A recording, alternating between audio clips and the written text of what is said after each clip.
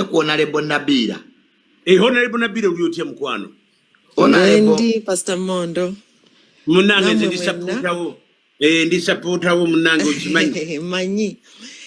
Nze njagala kwogera ku nsonga eno. Manyi buli bwe twogera ku Buganda ne Kabaka. Twerabira nnyo foundation. Waliwo omuntu okwogera ku nsonga. Omusingi ogwa Buganda kyeki. Olwaleero waliwo agenda oba ekigendererwa ekyokunafuya Obuganda kubanga buli omuntu bw'akwata ku butaka oba ku bataka aba akutte Buganda gy'aba akubye ebikonde kubanga Buganda be bataka abataka bwe Buganda era Kabaka mu Luzungu yandibadde chairman olukiiko lwa Kabaka be bataka Kabaka memba w'olukiiko lw'abataka yabatuuza ye chairman waabwe kati omuntu buli wakakkanya abataka aba akkakkanyiza Kabaka mu bufunze kubanga Kabaka gamba kiringanga omuntu bw'ayambala n'oyambala engatto n'oyambala empale ey'omunda omusipi kavesti k'omunda n'oyambalirako ettaayi n'okolaki ne bagamba musajja wuuno aggumidde kati Kabaka buli paati ekola Kabaka be bataka ekika ekimu ngatto ekirala musipi ekirala staayi ekirala kooti era buli bw'oyambula abataka Kabaka oba omwambudde ng'omulese bukunya kubanga be bamuggumiza kyovola nti buli kika kirina omulimu mu Bwakabaka era ekika ekimu bwe kibulawo ne Kabaka tatuulawo oba abataka kati olwaleero buli muntu ayogera nga tategedde kintu ekyo bataka kyeki Buganda kyeki aba nkoze ensobi buba butamanya research eriiwo kyova olaba nti olwaleero ebikolebwa ku bataka bikolebwa ku Buganda bikendeeza Kabaka n'Obwakabaka era tebubireka waggulu aboogera ebiddako mbu Katikkiro abanga secretary wali olabye nti secretary to the board mu company aba awandiika buwandiisa talina na vito talonda baba tudde wabula bamuyita mu meeting akole notice atwale minutes ye Katikkiro kati omuwandiisi wa minutes atandise okujerega ba shareholder Kali kubawonyaawo Nabira Honorable awa atandise okujeregerera bw'obanga oli minute kansooke nkubuulire ne bw'obeera general manager nga waliwo annual general meeting okakkana bakama abo baba bazze gw'osasulwa busasulwa era ku lunaku olwo oba osirise nga bakama abo ng'otekinga notice era bagamba fulumamuko ogende kyova olaba bamuyita Kamalabyonna yatumwa messenger mu bataka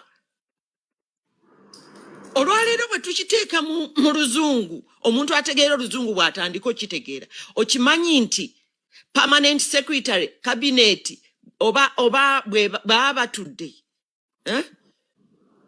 aba w'amaanyi nnyo yakulira civil service mu ministry gy'abeeramu Neba minister baba tudde baba kamabe. Wadde ate yalina signature. Be batuula ne bamugoba. Naye olwaleero ebya Buganda tubifudde nga tetumanyi organizational structure ya Buganda etambula etya. Katikkiro abantu abasinga bamugulumiza ne balowooza kabaka abeera yekka n'afuna katikkirewo ne bakola obwakabaka. Kati eyo ye narrative gye bagezezzaako okutunda etalibangayo. Kati olwaleero Tamale Junior Wankima kati watali batamale banji bakirubani balukwago banji kati we batali abatuukira ne kabaka n'atuula nabwe ku lwabwe ye mutaka waabwe Wenjima ne Mayiga tatuula kubanga si mukulu wa kika wa mutima naye akakkana eri jjajjaawe omukulu w'omutima. Kati banga bakama be batudde omutaka akulira omutima Katikkiro abaafulumye abamuzukulu awo abaafuluma bufulumi tayogera. Naye kati abantu batandise obitunuulira nga balowooza nti Katikkiro w'amaanyi era no oyo secretary wa board of directors. Abataka be ba board of directors ba Buganda. Legally. By the way, Emengo secretariat ekulirwa Katikkiro nabo si bataka era nabo bakkakkana eri abataka. Kati wosanga secretariat nga bwolaba Kyaddondo ng'etandise okuvuma like nga bwolaba oba NEC. Mwe muba bakozi secretariat bagisasula busasuzi. Bakozi babawandiika baliko appointment letter ne dismissal letter babagoba. Abataka tebabagoba tebaba appointing nga tewali kabaka si appointing n'abataka. Kati abantu we bali kitegeera bali mala ne bategeera nti bwe kifaanana tinga twali tetumanyi. Katikkiro is appointed ate obwakatikkiro tebabusikira. Tie mwana wa Mayiga wuyo alinze yaddako naye abataka babasikira. Era oli bwamala ne bagamba mutabani we yaddako ku mutaka abaddeko era basumisa omutabani we omuto. Kati zino office obuoffice ng'eya Katikkiro is temporary. Owenjima agituulamu, ow'Olugava agituulamu, Owenge agituulamu, ng'ow'omutima kati yagirimu naye tisi yansikira no. Kati mutegeere office oba ebifundiko ebyensikirano by'amaanyi okusinga ebyo ebiwandiikiddwa mu office z'abazungu. Eyo ye submission yange mbadde nziza at least clarify. Katono nnyo nga tonnagenda Katikkiro bulijjo yeeyita kabaka ow'ebweru nakyo si kituufu. Si kituufu. Kati buli bwabeera spokesperson w'ekitongole oba yeggwe office shareholder basobola okuwa ekitiibwa nti genda oyogerere company spokesperson nti abannamawulire batuukira ku ggwe oyogerere Obuganda. Kikufuula ki? Yayogera ebiri munda eby'Obwakabaka ne mu Buganda naye mukozi akolera bataka akolera Buganda spokesperson. Ndowooza ekyo kati tukitegedde. Honorable tukitegedde. Honorable, waliwo ne ka narrative akapya Honorable, kujukize kino nti what you are speaking could be truth, but the truth and the reality of what is happening ndoza byanjawulo. Honorable, ekyo kye kikulu ennyo ky'omulina okumanya nti analysis yammwe yandibadde nnungi era byoyogera byandiba bituufu era bituufu, but the reality, the outcome byanjawulo, ebikolebwa byanjawulo. Buganda yaddala Buganda si reality. Katikiro bwayogera, wetwogera nti Katikiro bwayogera, bannange bantu bamanyi nti Kabaka ayogera. Kati kankubuulira nti nkugambye kyovola nkyo Number 2, and structure eriwo ey'okubiri nti yatuukirira Kabaka. Bano abataka ne bateesa yatuukirira. Kansooke nkubuulire. Abataka mpulirako Honorable, abataka bayagala dda kutuukirira Kabaka nga mulwadde. You remember that incident? Ne baaziyizibwa nga Kabaka yakatandika okulwala, ekyo kijjukira. Naye ng'olowooza ani yagaananga those instructions? Kyekugambye nti reality byanjawulo. Kati reality weeri nti amakomera gabaayo. Naye okusiba tekugjaako nti noosobola okuba nga baakuwambye. Ayina emmundu essaawa eyo mu nnyumba yo, reality asobola okutuuza wansi.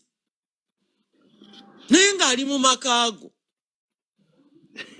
Naye ng'olwokuba ayina n'akutuuza wansi. Nakugamba kaa chini.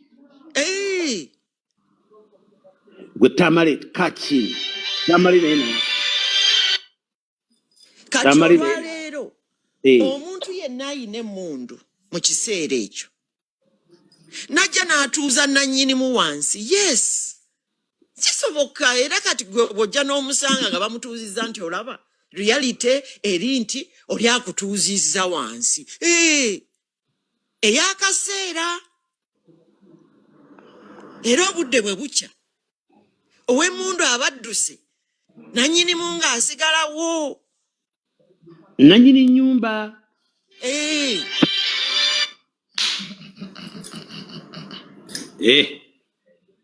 Oyo ani gwe w'essimu yo yakutawaanya. Asombola. Olwaleero njukira omanyi taata wa Junior, taata Tamale Senior, ye yasooka okusomesa Obuganda. He was the first revolutionary eyayogerera Obuganda. Yasooka. Okimanyi nti Kabaka si awandiisa Abaganda. Tasobola kugoba mu Buganda nti nakugyeko. Kati abantu beerabira nti the most democratic system mu nsi yonna n'abazungu gye bandisomeddeko ya Buganda, because Obwakabaka is not a dictatorship. No.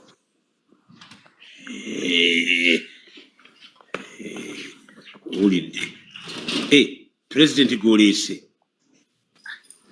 President Kaje Junior, nze ndooza kangende nze mbadde nzize kuwa background. President atuusa atogenda. President atuuse. Junior nze omanyi oluusi mba nze just kuwa background kati abantu. Nedda lindako President abadde mu State House ng'abalaba yunaze. Ng'abalaba katazi agambye kati. Nedda taata. Mundeke ngende President kamuleke.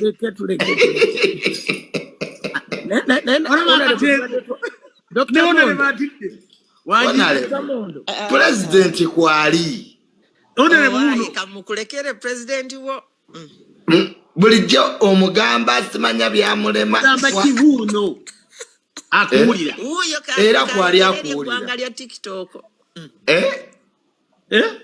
Era ono alayika President yennyini kubanga. Oyo wakiwane naawe. Wamma jjajja tehabulwa tusanyusa okulaba.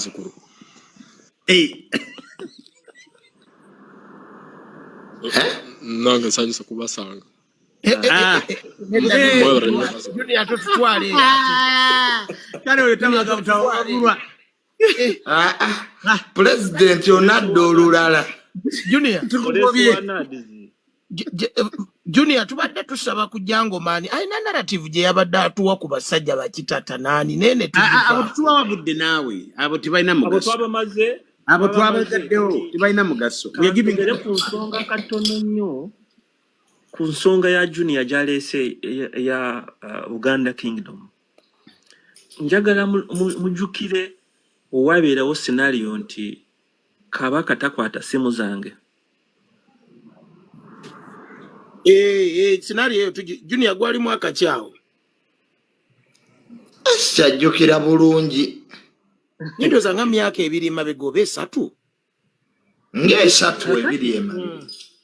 Twagala tukirize oba tugaane nti Uganda politically has been very strong. It is bw'oba oyagala kukwata government osookera mu Buganda, and for a long time voice ya Buganda ebadde kiku NRM government.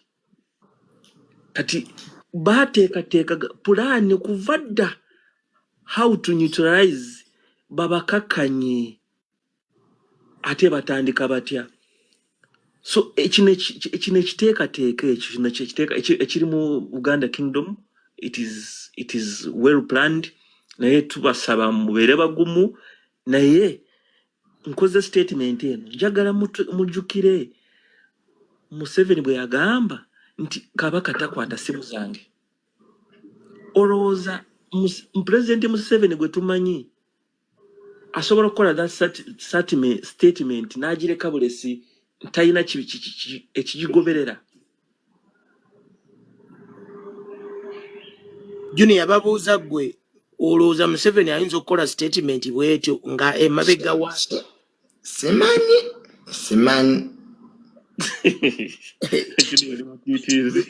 Junior oli mutiitiizi nnyo naawe yogera amazima omusajja omanyi kyabeera ategeeza emabega waakyo. Simanyi.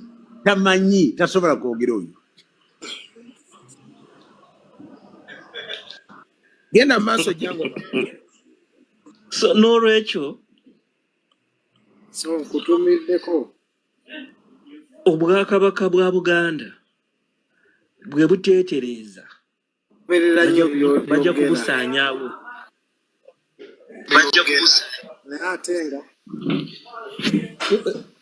Sebo mukama wange nze mbadde njagala mbuuze nveewo. Jangu oyogere. Mbadde njagala kubuuza abakulu bannange bagamba nti nno Katikkiro ebyo byonna byakola ne Honorable Nabbira byabadde ayogerako ani amuappointinga bw'abanga takoze Kabaka byamusuubiramu lwaki tamugoba? Who is the appointing authority? Ate lwaki tebamugoba? Thank you very much. Awo wetubadde twagala okubuuza Honorable Nabbira naye ate amaze agenze. Mondo tuweeka analysis ku ekyo omwana kyabuuzizza. Kakati Nabbira ebimusookanya naye birasikanya naye. Reality ya njawulo ne byayogera. Atubuulira ebiwandiike naye tatubuulira bikola. There are two things. Waliwo ebiwandiike waliwo n'ebikola. Kakati tulina okutunula ebikola bye biriwo kati saawa zino. Waliwo etteeka ne order. Ki ekisinga amaanyi e Uganda? Order esinga etteeka. Omenye etteeka ne bagamba ne bamuta. Oba ntegerekeka. Nti oli atuwadde ziri mu Buganda order zirina we ziva above. Kubanga nakuwadde analysis nti kyanjawulo nnyo n'abantu bano aboogera. Abantu bano aboogera banjawulo nnyo nakiri. Abataka singa balaba Kabaka kitegeeza Mayiga talina mulimu. Kubanga eddoboozi ya Kabaka ye Mayiga. Oyinza okugaana, oyinza okukootinga ebyawandiikibwa ne constitution ya Buganda ne lukiiko ebyo byonna birungi. But what works is what is working? Kiki ekikola? Ebyo mulina okutunulako. Naye bwe tunaatugira tujja kukola mboozi tunyumirwe abantu baleme okumanya the reality. Ate n'ekirala Mr. Junior ne Mondo ne baganda bange bonna badde njagala kutangaazamu obulimba bwabaddewo ku kintu kya spy. Omuntu wa bulijjo tobeera spy mwawule ba mobilizer ne ba spy. Government tesobola kukwata sente nezikuteekamu nga just wanayinki nti nogenda spyinga ki? Abaliwo wano ku live abakimanyi. Kati naawe kankuyambeko kubanga wakamanya gavumenti. Flow of information does not come from the spies. It comes from the conduit of the spies, who are called the co-spies. Bowa Somako military intelligence and flow of information, section 73, go back and refer to it. Don't talk. You are talking to the. You are talking to the trained. Mr. Mondo yaliko mbega. Nkubulirako omuntu ategeera bye njogerako. I'm not talking stories. Listen, the government and the forces of security depend on the people because they are spying on the people and in the people. They need people within the people to get information. Spying is flowing of information. You cannot build flow of information in Golimo office. You need people on the ground. Mr. Mondo, but njagala mpulirize bulungi kunyonyole kino kitegeere obanga towakana bwakanya. Siwakanya. Nkuwa the facts. Ulira spy tasobola ngawo basipapa badoni bemwogerako nabeera oyo si spy. Kubanga amanyidwa. Anti doni mbadde mwita spy.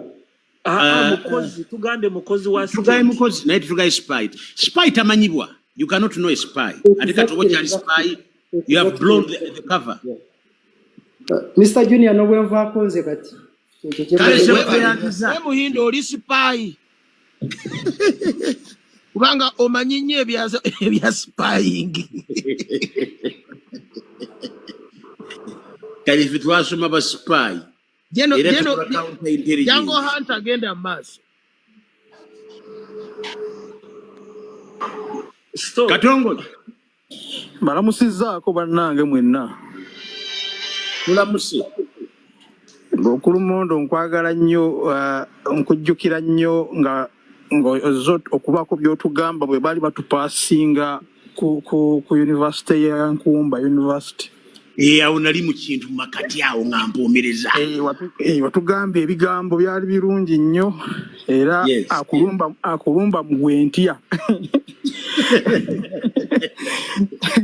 Naye abo tebamanyi nti nali recruitinga abantu bonna kati abali mu poliisi ya President Museveni ku all universities.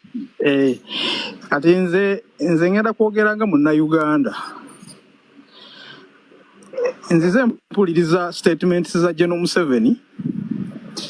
Statement gyensembeyo okuwulira ku General Museveni yagamba wantu asobola kubeerawo bakulembeze babiri. N'enkole tebaliyo. Kakati nze kye nandigambye nga Munnayuganda.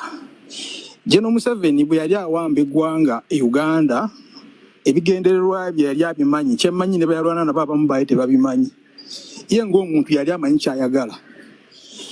Nze kye nandisabye General Museveni eggwanga gye yali gyali amanyiyo. Kye nandisabye alikuumirireme kudda gye yali jja. Abafuzi ab'ensikirano, abakulembeze ab'ensikirano, sijja bayita bafuzi, abakulembeze ab'ensikirano. Engeri gye kiri nti yabasangawo mu ggwanga Uganda. Se nandibadde nkimusaba nnyo ekyakiwa ekitiibwa General Museveni abaleke mu leeni yaabwe. Statement General Museveni gye yakola nti wantu asobola kubeerawo bafuzi babiri.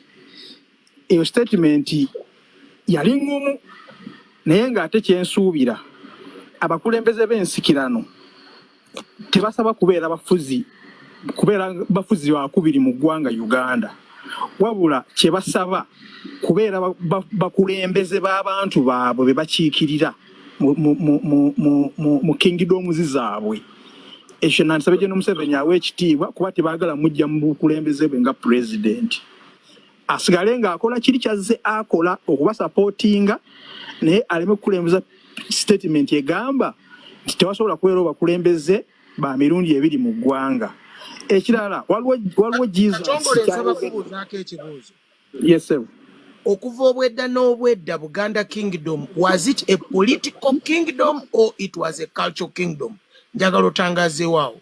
Ekyokubiri oyogedde n'ogamba nti statement eyo gye yakola nene. Lwakuba omwami ono Jango Mante twamuwadde gundi yabadde alina ekintu kyagezaako okunnyonnyola nga kikwatagana ku exactly engeri Buganda Kingdom gye badde relatingamu ne government. Naye njagala osooka tutangazeemu, is it was Buganda a political kingdom or a cultural kingdom?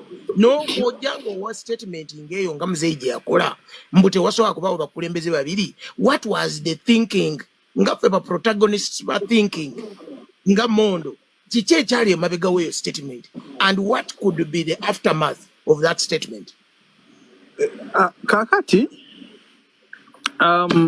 Buganda Kingdom. Yafuka political kingdom nga tumaze funa independence, but it was a cultural kingdom before.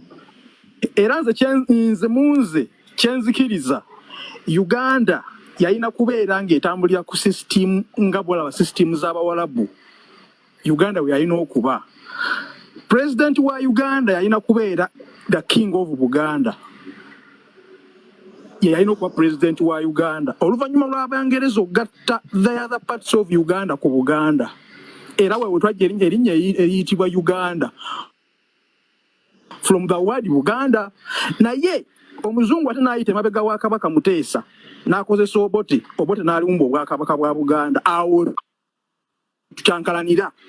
Naye oluvannyuma nti twabiyitamu byonna ebyo ebizibu, General Museveni najja n'alinnya abaaliwo ku nfeete, yandibadde atuyamba eggwanga lyaffe nataliza gye yalijja, natereeza ebyobufuzi by'eggwanga in line. Kuba ayinza okuba ye ebigendererwa biye nga abimanyi ng'omuntu, nga ne bannayuganda bonna nabo be yalwana nabo nga tebabimanyi. Bw'oba oyagala sigala mu buyinza nga ggwe General Museveni, nze kye nandibadde nsaba streamlining ebyobufuzi by'eggwanga, eggwanga lireme kudda gye walijja okufuna bulungi. Abakulembeze b'ensikirano baleke mu leeni yaabwe, tuleme kudda gye twava. Kuba ebigendererwa bye yabimanyi ng'omuntu, nze nange sibimanyi. Sister Junior tabimanyi, oba oliawo ne Dr. Mundu tabimanyi ebigendererwa bya General Museveni. Naye tetwandyagadde tukudda gye twava, ensi yaffe ereme kudda gye yava. Libya tugiraba bwefaanana. Awo Gaddafi siwe yayagala Libya. Katongole oyogedde bulungi naye bw'ogamba nti tetwagala kudda gye twava, do you think we can still salvage anything? Nga kirabika ba two actors, Buganda Kingdom ne government weeri, position ey'omukulembeze weeri, nga kirabika nti ekintu kino kiri very entrenched nti we tutuuse Buganda yo nga kingdom eriwo mu bigambo tekyaliwo nga kingdom yeetongodde. Ekyo kyogera ki? Buganda nga kingdom obutabaawo bwabwo obutabaawo bwayo kiri kukuva ku bigendererwa bya Buganda nga kingdom. Oba oliawo General Museveni byatakkiriziganya nabyo, okitegeera. Kuba Buganda nga kingdom oba nga kabaka waffe abantu ba Buganda yeetaaga independence abenga akulembera bulungi abantu be. Kati balaba ng'omuggyako independence ye nga kabaka wa Buganda kiba kimuluma ng'omuntu. Nze naawe tetumanyi nteeseganya ze baatuukako ne General Museveni ng'aleeta kabaka okumugya ebungereza omuyingiza olutalo. Tetumanyi bye baateesa. Naye oba oliawo balina bye baateesa nga General Museveni ate tabikola, oba okitegeera. Naye nga banditudde ne bakkanya ng'abakulembeze b'abantu. General Museveni akulembera Uganda, kabaka wa Buganda akulembera just katundu ku Uganda. Oba okitegeera kantu katono nnyo nga General Museveni ekyo ekintu kitono nnyo okukikolera omukulembeze wa just kapaati ku Uganda. N'amuleka n'akulembera bulungi abantu be, n'amuwa support nga bazaagimuwa, tannamugambako nti agenda mujja mu buyinza bwa Uganda nga president. Wabula ekyo yeetaaga kukulembera abantu be ng'ali independent. Katongole, kyenjagala okusooka, was there an understanding between the regime of NRA which came through power ne Kabaka, kubanga simanyi oba waliwo Buganda by then, ne Kabaka on how the kingdom was going to be run? Because kirabika wano wali obuzibu nti omusajja oli eyakwata obuyinza ne Buganda Kingdom waliwo endagaano gye baayina, naye endagaano eyo Kabaka bw'atuuka era Kabaka oba Museveni omu ku bo waliwo ayagala okutuusa endagaano eyo because of kakati mukulu Jesus nga bw'oyogedde bw'otyo kyennyini ky'oyogedde ekyo omu ku bo waliwo ayagala okuguliikinga memorandum of understanding gye baakola. Omu ku bo waliwo ayagala ogimenya. Oba okitegeera? Nkitegeera. Kati awo mbadde njagala okutangaaze MOU eyo waliwo atayagala kusasula kamba bulire ng'olutalo lugenda mu maaso lulemye kubanga whether you like it or not bw'oba oyagala kubeera politically strong Buganda ino okusupportinga olutalo lwali lulemye President Museveni n'agenda Bungereza akole ki ayogere ne Kabaka aje yegati mujukira bulungi abamanye ebyafaayo kati waliwo bye baakaanyako kani yawanatayinza kuwawo ndowooza teyaliiwo okusoma fena tutwaliwo kati nga abajukira bulungi waliwo statement ezagenda nga zoogerwa Kabaka nga azikola ku mikolo gya Buganda ne zinyiiza mwami Museveni n'agamba ono kati ebimu bye baakaanyako waliwo yabivaako ani yabivaako gavumenti yogera ekituufu nti Museveni kubanga gavumenti kintu kinene nnyo eyabivaako yali signatory ku ndagaano yali muzeeyi Museveni nze nange ekyo kyenzikiriza asobola okubanga gye n'Omuseveni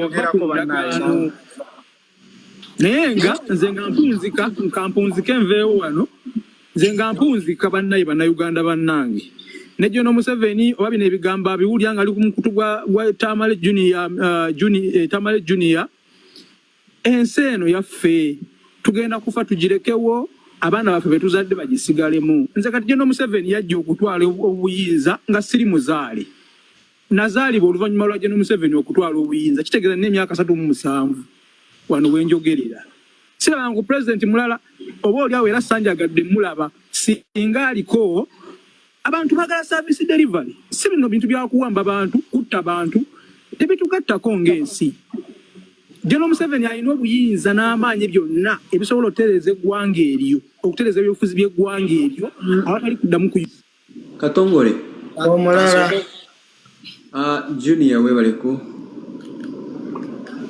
ku nsonga ya agreement gye mwogerako wakati wa Kabaka ne government ya Uganda in my opinion waliko agreement yakolebwa it was around actually Charim Constitution, the Republic of Uganda in the matter of constitution and in the matter of the traditional rulers, restitution of assets and the properties act. Njukira gunda acte mjukira bulungi. Neda sebo Africa nileka tuli kundagano yaleta government mu buyinza wakati wa Kabaka Ronald Muwenda Mutebi as an individual representing the Buganda Kingdom and His Excellency General Museveni, then rebel leader of NRA. Leka kutuudisa. Muganda Jesus soko ulirize Muganda wange. Yendagano gyatugamba ya bino birala naawe. Tutwale eyo. Man, wano ku political discussion eri soko muleka ayogere. Wama Africa ayogera. Kanjogere opinion yange Jesus nawolete iyo. Wamanze a good agreement. Generabako era agreement esinzayo okumenyeka. Nze gyentegeera ku ng'omuntu eyo agreement eyali mu constitution eya restitution of assets and properties act 247 agreement eyo yawandikibwa between it was agreement between the government of the Republic of Uganda and the Kabaka of Buganda. So waliwo ebintu bye bakkaanyako. The agreement was made and entered into between the government of the Republic of Uganda as represented by His Excellency of Uganda. Ontegera bulungi. The government of Uganda and the Kabaka, they wished to activate and further develop cooperation for the mutual benefit of both parties through various programs and projects. Eyo endagaano eyo yakolebwa naye teyatuukirizibwa. Kubanga ebintu bingi nnyo ekyasookerwako ddala bwe mba nga njukira bulungi the return oba biki to the Kabaka of former state of Buganda waliko ebintu bingi nnyo waliko Land on Mityana Road ebyamataka byonna compensate the Kabaka for compensation of kabaka and compromise of the lands byona mataka gonna ge bali bakanyako agreement eyo teyatukirira era kye kisingayo even okuleeta obuzibu bw'amaanyi mu pati zombi ani atatuukiriza tuwulira nti gundi teyatuukiriza gavumenti teyatuukiriza kubanga yasuubiza kabaka to renew on mutually agreed terms leases ez'amataka granted formerly to Buganda Kingdom but have since expired even. Bakanya ku renew not to apply to properties or lands where the government had already issued leases on third parties. Eyo teyasobola kugundi kutuukirira. The income derived from the properties which was supposed to be applied to support the promotion of the culture of Buganda and development of the people of Buganda, it was not fulfilled. So, ebintu bingi. Okay. Nze submission yange junior lwakuba nti simanye dakika zosobola okumpa kino ekintu kiwanvu agreement ebibuzo byange bisatu byenjagala okubuuza. Bibuuze. Sooka okwebaza ku kyasi gye mumpadde okwogerako eri era mbalamusiza mwenna nga tuzeeye mabega ku honorable information gy'abadde agezaako okwogera ku what was taking place in Mengo and which responsibility buli omu gy'acarryinga in Mengo ku condition Ssaabasajja Kabaka gy'alimu panaawo. People abasinga mu Mengo abasinga abalina obuvunaanyizibwa abandivuddeyo ku highlightinga embeera bemugezaako okugamba nti baba denying chance okulaba Ssaabasajja Kabaka.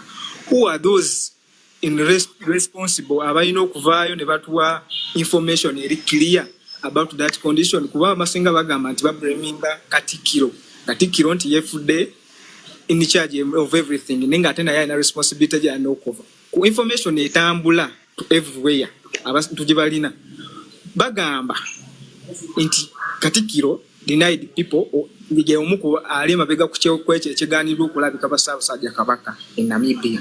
But nze kyembadde mbooza here in Mengo ku bantu abalina obuvunaanyizibwa tewaliwo bantu basobola kuvaayo abamu ne bayiwa highlights about the Kabaka's condition neyanziza Ale nange mumpa omukisa yogera junior. Kati nze ngenda kukoonako ku ndagaano endagaano eyakolebwa abasajja ababiri obalaba Kabaka ne Museveni. Endagaano gye baakola mu Kasaka gundi weeruweeru ayogera nnyo ku kintu ekyo waaba akola interviews ng'ayogera about Buganda endagaano y'omu Kasaka wangi yali egamba etya? mumpulira bulungi baganda bange Tukuwulira.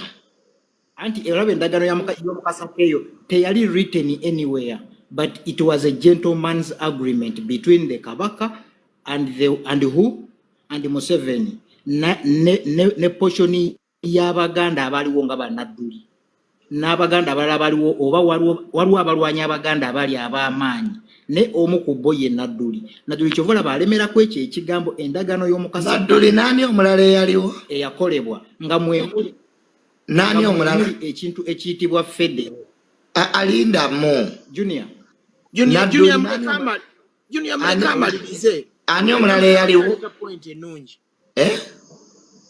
Nadduli yaliwo nani omulala Nadduli yaliwo n'Abaganda abalala abalwana mu lutalo besitamanyi bulungi besitajjukira bulungi bali abantu nga mukaaga Abaganda baabwe.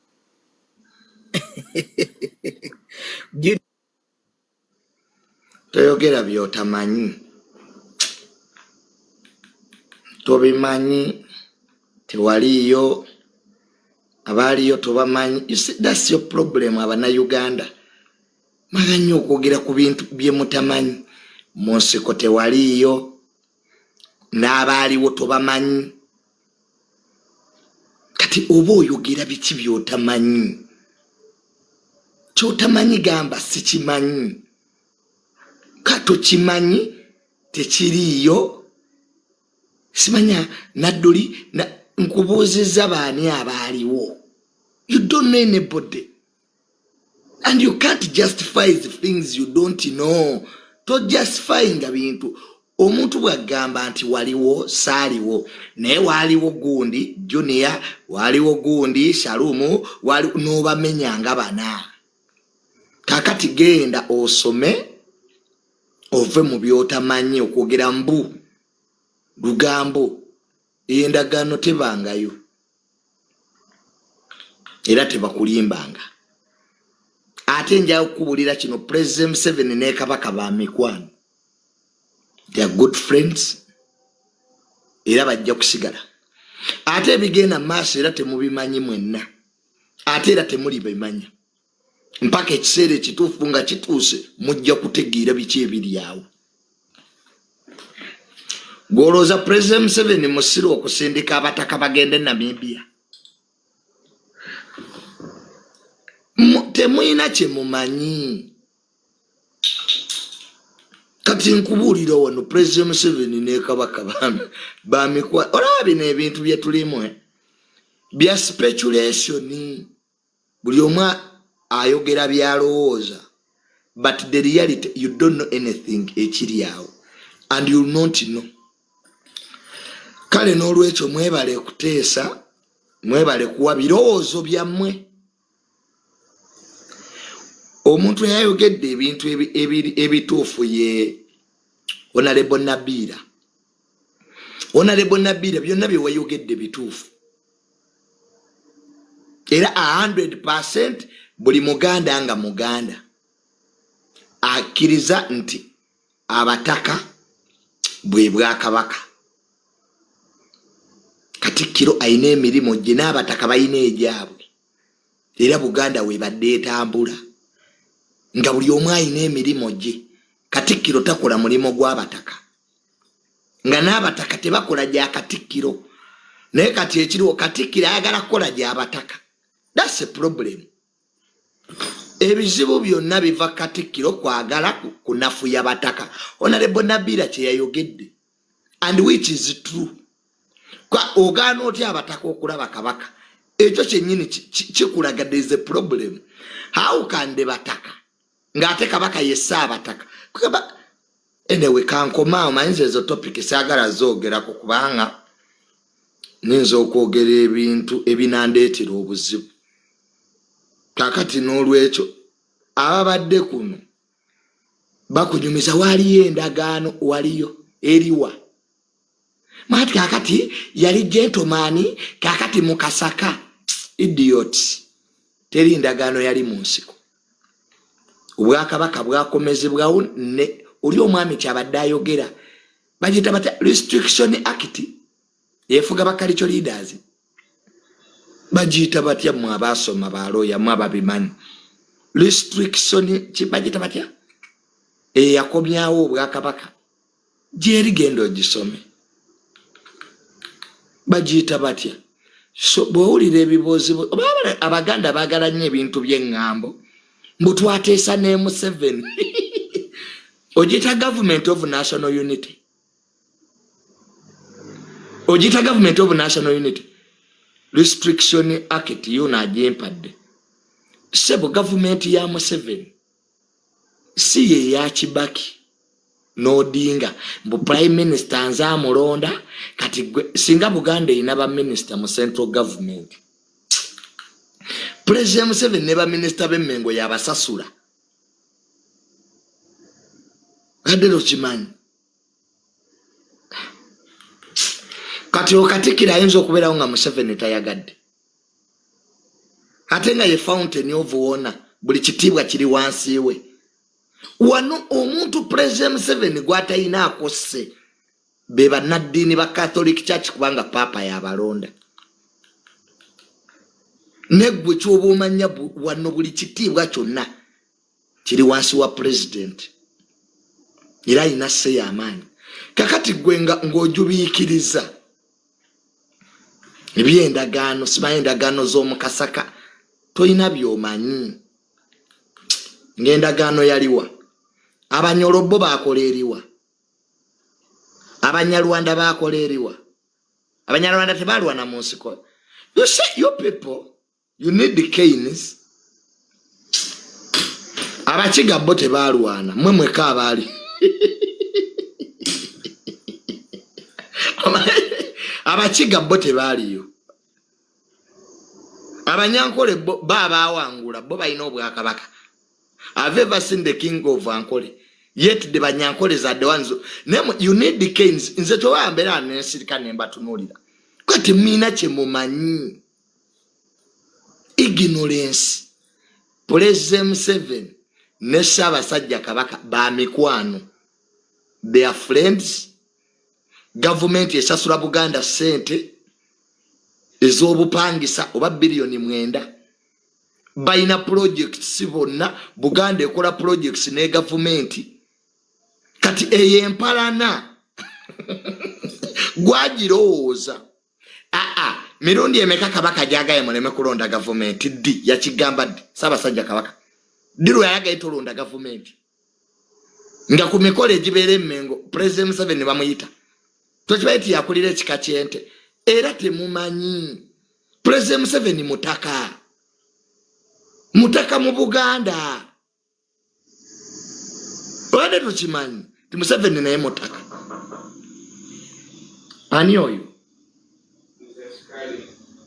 Uyagala ki? Ndamumalirize. Temubimanyi. Si mwababi muwamwe mu lubiri. Mubyerabidde.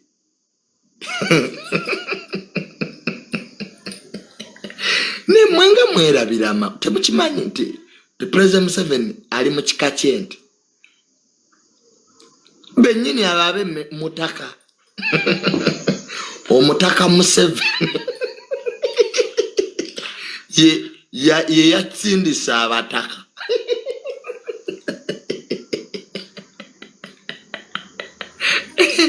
Adange kamalirize y'olwale so tewaliwo kubagana wakati wa government ne Buganda. Nkiddamu.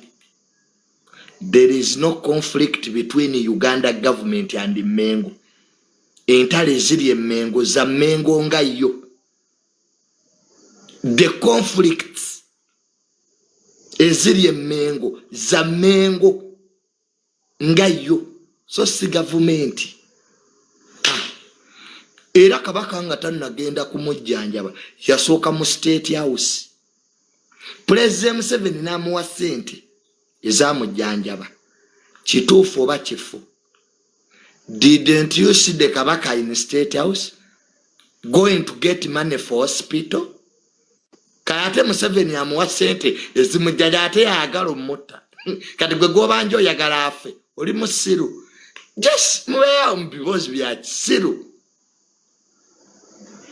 You did see the kabaka in State House going to get money. Museveni si amujjanjabi.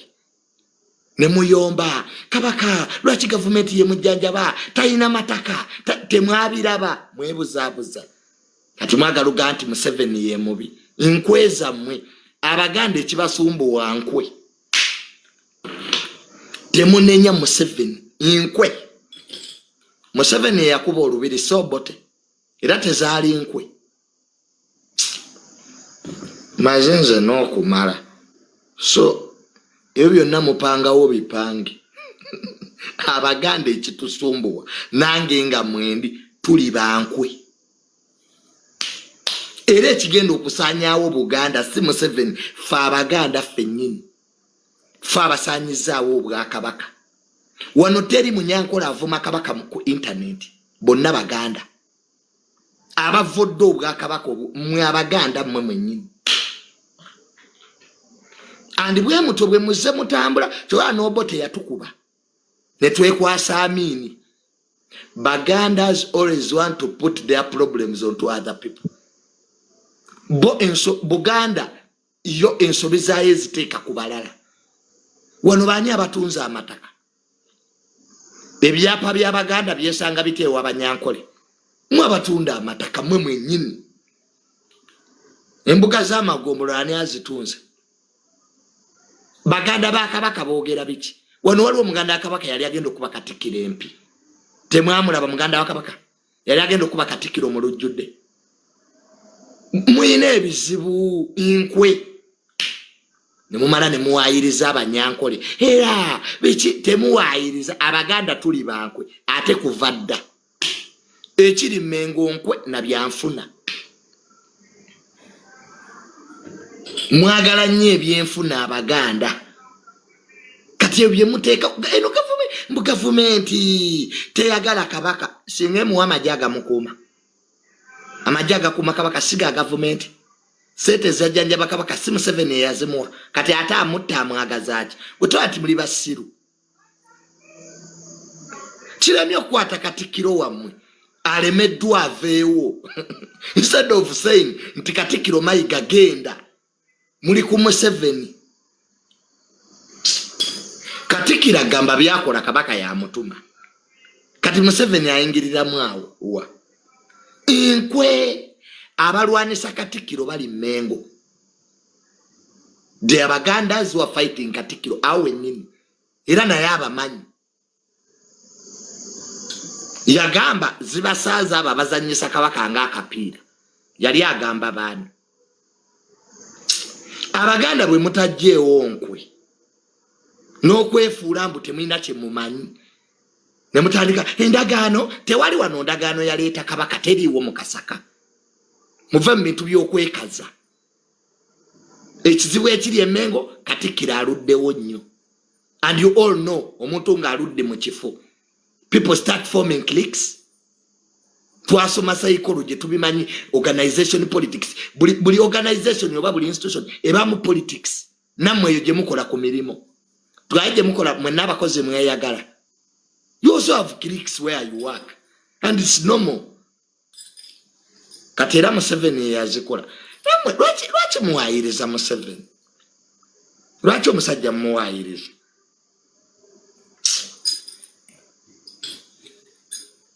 inkwe nze sirabangako omuntu alina nkwe nga muganda banna abaganda tuli bankwe nopu kyeki gisumbuwa NUP era Museveni yagikuba oba nkwe z'abaganda mpuga akwata lino Bobi Wine inkwe omuganda buli wabeera mu kintu enkwe zirina okubaawo kati temwerimba era kabaka ali bubi nyo teri bubi bwalimu myaka ana President Museveni jafuze kabaka abadde taliwo nga buli kalulu kabaka ali omulabeko nga bagamba mulonde Buganda ne government zeeyagala ekyo kitegeere kino kikugambira wano Buganda ne government ya Museveni zeeyagala olweyagala era kabaka bwawona asookera mu State House nga muli eyo era bannange kati bamuwalana iwawe bamuwalanira abanaku mwabateekawo hatred mwabanaku buli kimu bibeera byakwewalana nkiddamu tewaliiwo olutalo luli wakati wa government ne Mmengo Mmengo ine entalo zaayo nga yo era zirina okusetolinga Museveni tabiriimu sajja wattu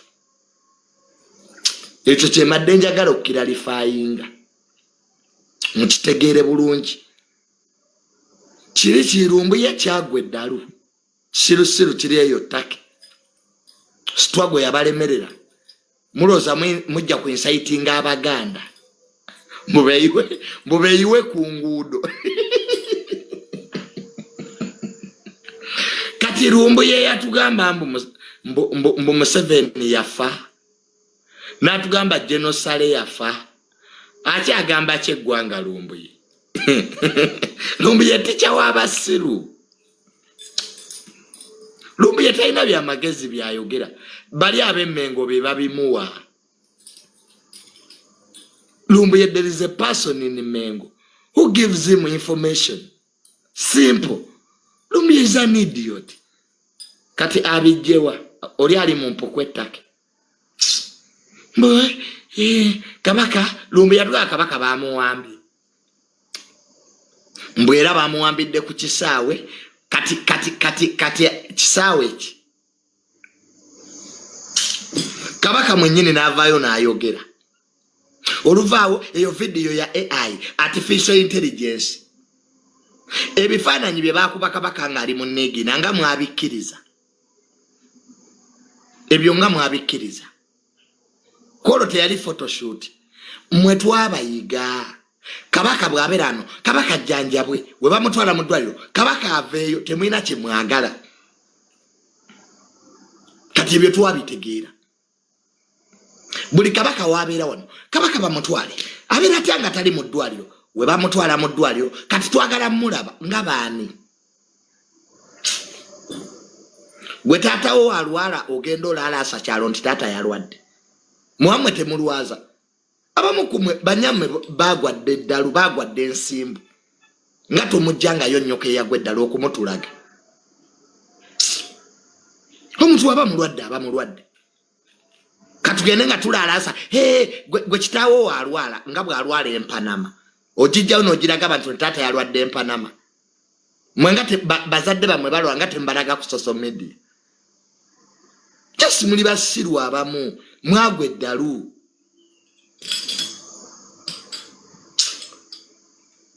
mukabaka baagala kumutta we batamutidde emyaka 4 bamutte kati ye bafune ki eno gavumenti yesinga okwagala kabaka nga mulamu Museveni yasinga okwagala kabaka nga mulamu n'okusinga kabaka nga bwe yeeyagala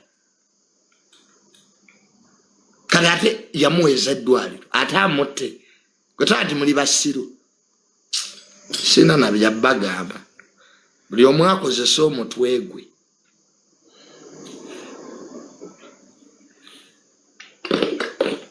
mwe temulwaza namwe muyina abalwadde mu malwaliro nga tomukubanga kifaananyi mwe muli mu byabufuzi politikisi omuntu walwala aba alwadde teri yatalwala ku nsi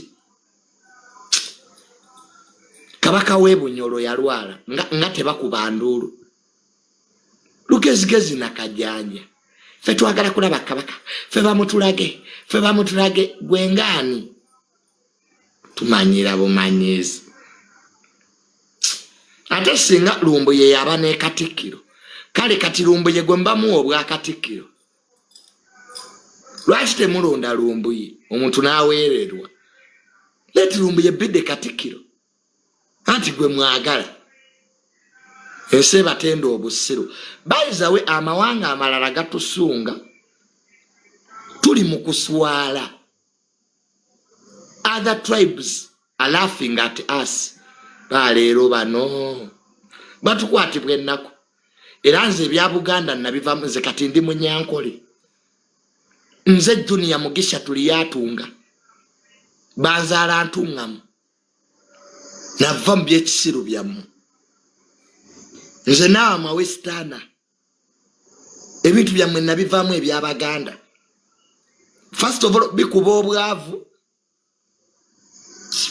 abasiru muli bangi buli omu alowooza yategeera n'atamanyi byayogera ayagala ayogere kati nabivaamu nze Mugisha tuli yatunga from ntungamu musigale mu byalumbuye nze sijabeera mu byakisiru byalumbuye I have refused to follow Lumbuye. I have refused. I'm not stupid. Let me go to other tribes.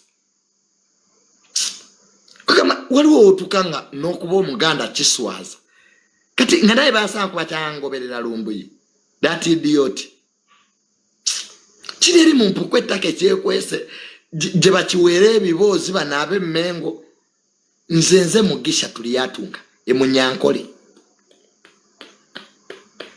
era kati Olunyankole naluyiga agandi ni malungi n'ogamba ki buholo gye enjuba yagwa naja mu kaseese omusigale ebyalumbuye nze nyenze kati Junior amwe muhima from Ntungam. Ebintu by'Abaganda bibuzaabuza.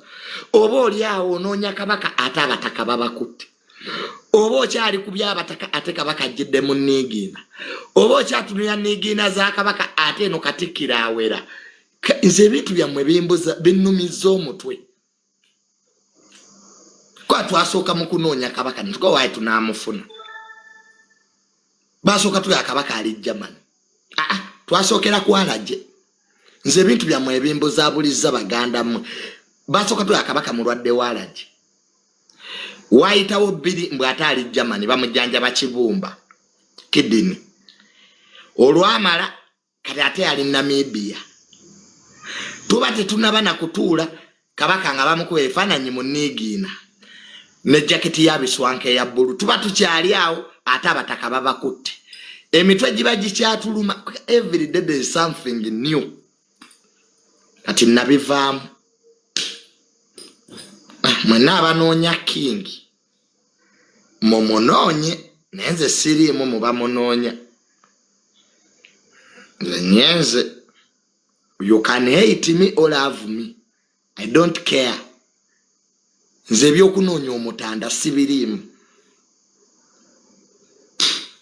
Namunoonya dda nambula. I looked for the king. I got tired.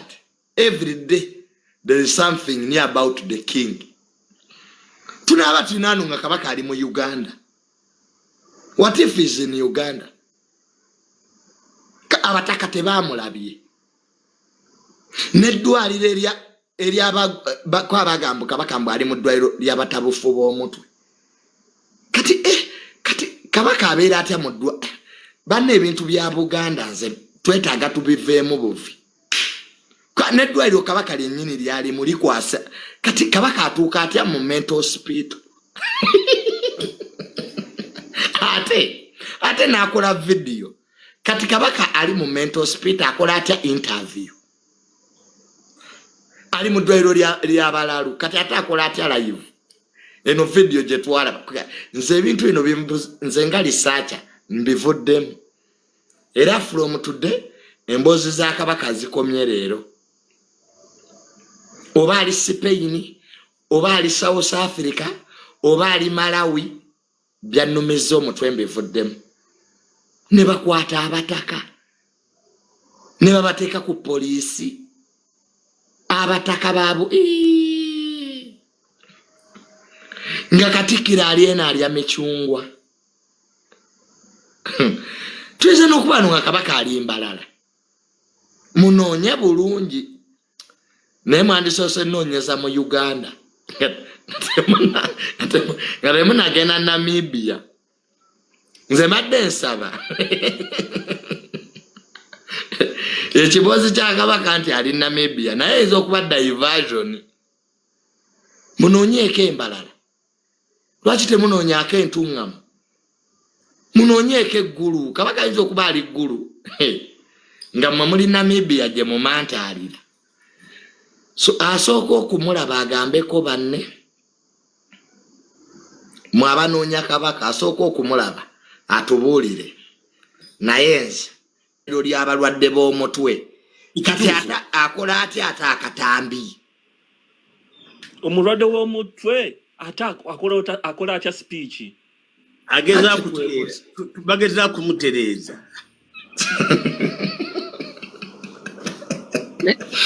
Pastor Mondo kantandike naawe owe submission yo nzire ku balala. Submission yange eriemu. Waliwo disagreement between the state and Mengo n'abataka. Abataka baagala kusanyusa bantu. Era baagala kukola buvunaanyizibwa bwabwe nga bajjajja beebika. Naye twagala kubategeeza nti ebintu abantu ne system byanjawulo. Era babakolera babatani bagamba mwagala genda ddembe lyamwe go ne batunda ebyabwe ne bagenda. Kati babatule kutua amawulire g'ensembi y'okuwulira mbu bagala genda kubalambuza bisolo ebye Namibia engabi abataka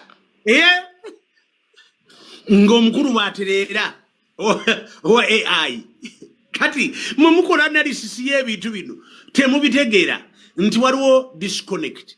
Ekyokusatu byonna meeting gye baalimu ne muzeeyi tetwabimanya era tebabifulumye. Mondo njagala otubuulire ani asupportinga eyo gye twandiise internal delete ey'okuzannya omuzannyo ogwo wakati wa ali okulwana n'omutanda n'abantu bano bennyini abali mu discourse eyo. Abali mu discourse abantu bano of course abali kumitendera kumitimbagano kuno nabo tebalina backup. Balwanyisa Mayiga nga baleetamu ekirungo kya Kabaka.